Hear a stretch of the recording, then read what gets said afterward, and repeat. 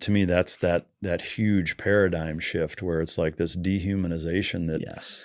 I think, again, I mean, not to always go back to social media being such a double-edged sword, but I think this is a classic example because if you think about the magnitude in terms of the impact, the emotional impact that Charlie being shot had, it seems reminiscent of JFK. It's kind of a similar heaviness, to it happening.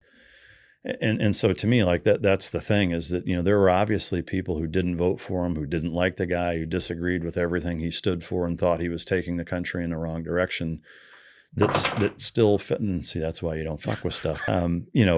You can dislike somebody and disagree with everything they stand for and think that they're harming the country, even with the direction politically they're taking it in, and still feel very emotionally sorrowful for them, for their lives being taken. Yes. And to me, that's that huge paradigm shift where it's like this dehumanization that we've seen even, for the last 10 years, really. I mean, I would say leading up to the first Trump presidency on both sides is where, at least from my recollection, is where you really started to see that. And I think it further highlights the need for a very stoic, very emotionally stable, reserved, and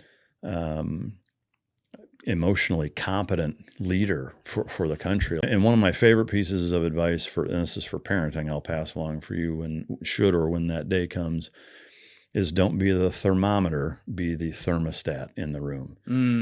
Like you need a leader who is the thermostat, not reflecting the temperature, who's fucking setting it, and if you don't have that, this is why you have this ridiculous swing on both sides that just, roller coasters or pendulums back and forth, and it just keeps upping the ante and getting worse and worse as every year transpires.